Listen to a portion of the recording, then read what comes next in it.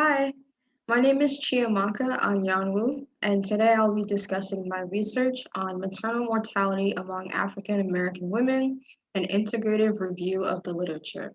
So to begin, I wanted to discuss some background information about maternal mortality. Maternal mortality is a global issue that has affected many countries, specifically countries in sub-Saharan Africa, such as Nigeria, Liberia, and Sierra Leone. But to hone it to the United States, according to the CDC, the pregnancy-related mortality ratio, the PRMR, has significantly increased from 7.2 deaths per 100 live births in 1987 to 16.9 deaths per 100,000 live births in 2016. And to make it a little bit more specific, African American or non Hispanic Black women have higher rates of maternal mortality compared to their counterparts. Even more specifically, Black women are disproportionately affected, having 3.4 times a higher chance of dying from maternal complications compared to their counterparts. With that being said, according to the data that has been collected over the years, it is suggested that a large proportion of maternal mortality may be preventable, leading to my research question being, what are the risk factors of maternal mortality among African American women, and what interventions have been effectively implemented to reduce the mortality rates on a community level? So for my methods, I utilize the PRISMA guideline, which helped me to figure out the terms, databases, inclusion, and exclusion criteria for my articles. So for my terms, I utilize African American women or Black women and use those interchangeably. Maternal mortality risk factors, and community or community level interventions. For my databases, I chose Science Direct and CINAHL, which is a cumulative index to nursing and allied health literature. For my inclusion, I utilized research and peer-reviewed articles, whether they were quantitative, qualitative, or systematic reviews that discuss and study risk factors of maternal mortality among African American and Black women, and community interventions. For my time frame, I chose January 2005 to September 2020. And the studies that were analyzed that analyzed the effects of social determinants and racial disparities were also included. As for my exclusion, any research or articles that did not have a population of African Americans or Black women were not included. If they did not discuss maternal mortality risk factors and or potential or implemented community interventions were also removed, and any duplicates that were found were excluded as well. This is an image of my PRISMA flowchart. So starting from the bottom left, records identified through the database, I came up with 1,282 articles. From there, any duplicates that were found were removed, leaving me with 1,276 articles. And then I applied my inclusion and exclusion criteria, which then led me to remove 1,212 articles, leaving me with 64 full text articles that were assessed for eligibility. From there, full text articles were excluded for no inclusion of specific community interventions or any discussion of social determinants or disparities, which then I removed 56 more articles, leaving me with 8 studies to include in this integrative review. For data extraction, this is how I organize the information from the 8 articles.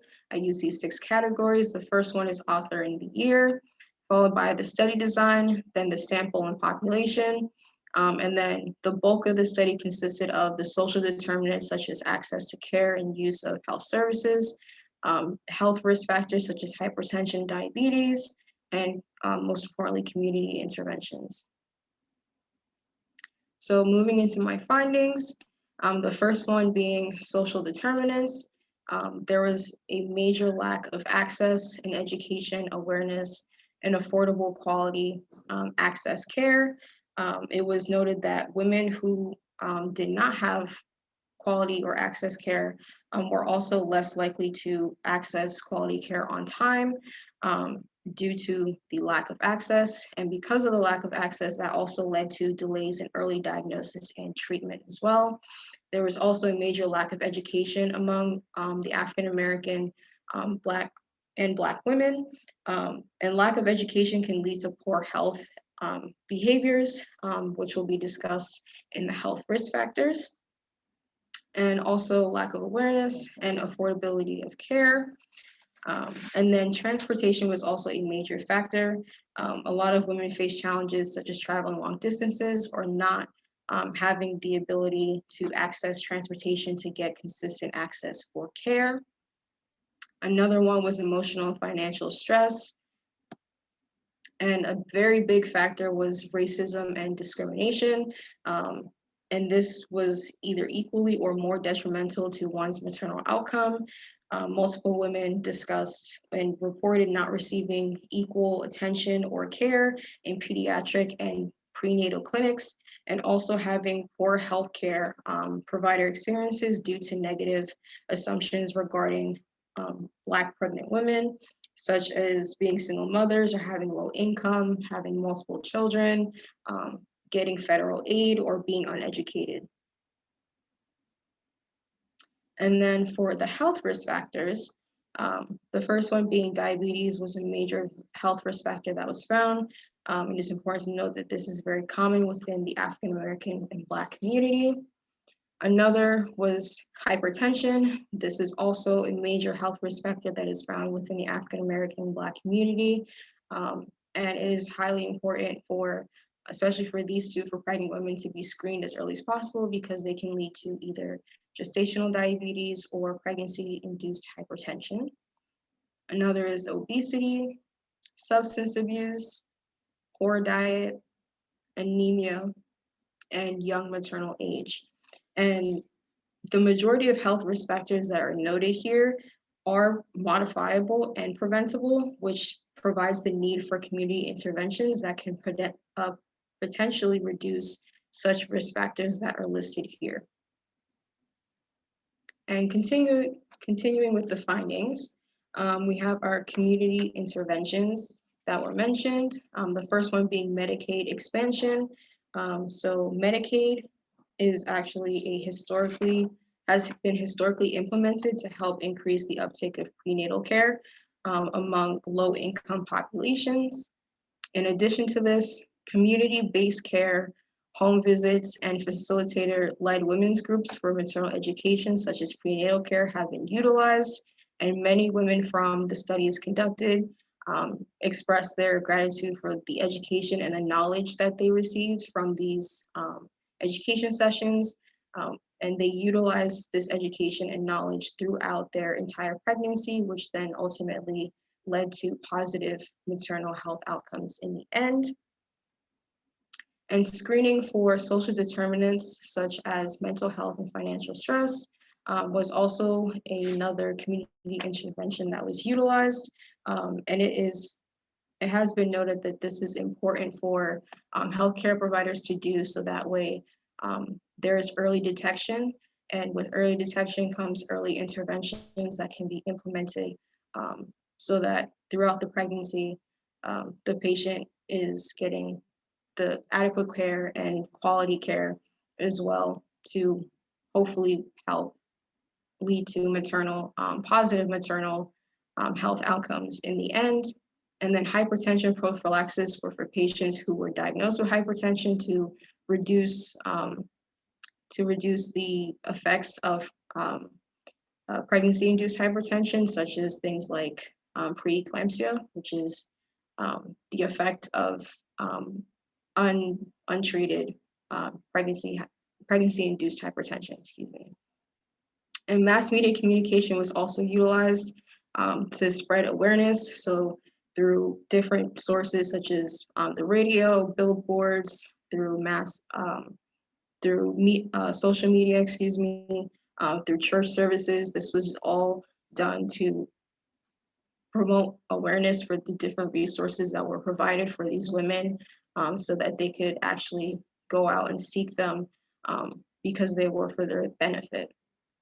And finally, this is an overall one, was creating positive and trusting healthcare environments and relationships for these patients because they are a vulnerable population. And as mentioned before, things like racism and discrimination and stigma has prevented them from seeking the healthcare that they need.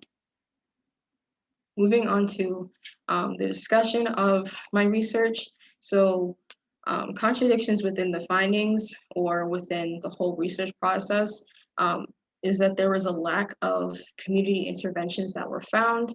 A lot of the articles that I sorted through, a lot of them had to deal with health risk factors and how to prevent them within the hospital, or how to prevent pregnancy-induced hypertension becoming preeclampsia, and just very towards the end of pregnancy in the emergency room, in the labor room. How do you prevent those things from leading to maternal mortality, and not really focusing on preventing it before the pregnancy even starts.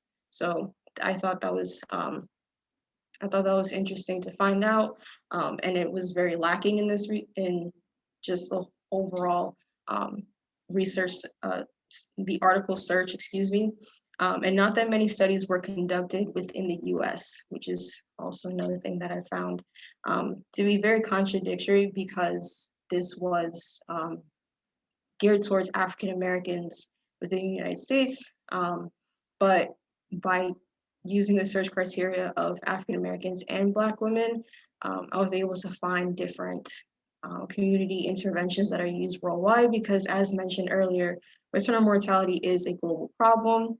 As far as limitations, there was researcher bias due to the fact that I was the only one who was going through these articles and selecting these articles, as opposed to myself along with a research team. And also my search criteria may have been a bit limiting in determining which articles came up during my search. But with all that being said, the contribution to literature from this research is the further analysis of other factors that could affect maternal mortality as opposed to just health risk factors. As mentioned before, I discussed the social determinants such as lack of access and education, lack of transportation, racism, discrimination. These factors do contribute to maternal mortality or poor maternal health outcomes in the end. So this leads me to my conclusions.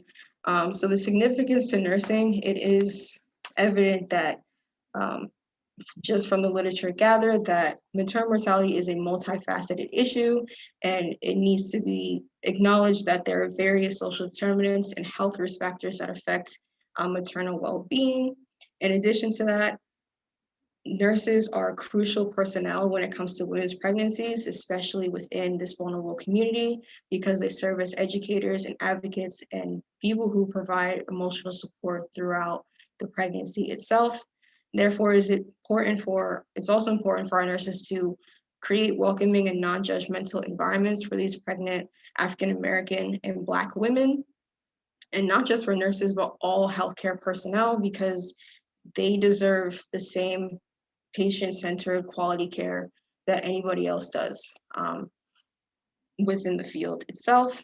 And then for implications for nursing practice, there's a huge emphasis on the importance of accessibility, affordability, and education and awareness. Therefore, this integrative review suggests that nurses, along with the assistance of other healthcare professionals and community leaders, can screen patients for social determinants and health risk factors before one's pregnancy to determine and plan interventions accordingly. Also, the use of small groups for education and mobilizing prenatal care can contribute to eliminating accessibility, affordability, and transportation complications for patients. As far as further research, it is evident, as evidenced by the 8 articles included in this integrative review, it is evident that there is minimal research or documentation relating to community interventions. Therefore, there's a major need for future studies to further analyze social determinants and underlying factors such as racism and discrimination and stress within communities, for they contribute to risk factors of maternal mortality among African American and Black women. So with the knowledge gathered from such data, we can have our nurses and our healthcare professionals and community leaders create sustainable and effective health programs for this vulnerable population. With that being said, I hope to continue this research post-graduation to continue to help this vulnerable population. And thank you for tuning in. Have a good day.